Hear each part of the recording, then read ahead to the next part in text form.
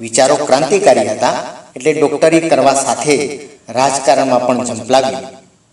દરમિયાન ગાંધીજીના અંગત તબીબ તરીકે નામના મેળવી ચૂક્યા હતા.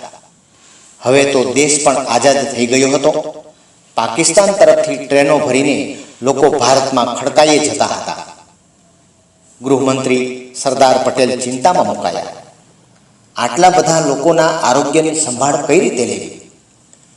એમણે નજર દોડાવી અને જીવરાજ મહેતાને તાત્કાલિક એમની કેન્દ્રના આરોગ્ય ખાતાના ડાયરેક્ટર જનરલ બનાવી દીધા.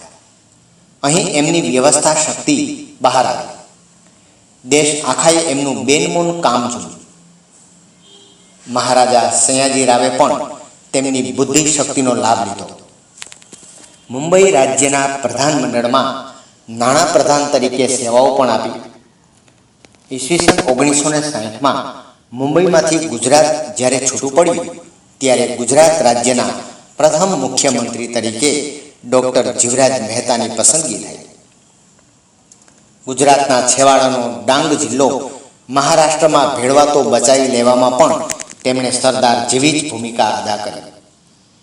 91 વર્ષે જગતને અલવિદા કહી દેનાર આ કુશળ તબીબે વ્યવસાયને ન્યાય આપવા સાથે ગુજરાતને પણ ભારોભાર ન્યાય આપ્યો.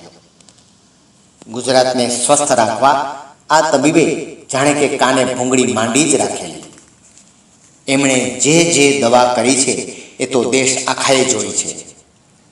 ડૉક્ટર જીવરાજ મહેતાએ ગુજરાતના પાયામાં પથ્થર તરીકે અભૂતપૂર્વ ફાળો આપ્યો અને તેમની સમગ્ર કારકિર્દી એક નવી પેઢી માટે પથદર્શક બની રહી છે. ભવદીય દિનઃ યશસ્વી ભવતુ.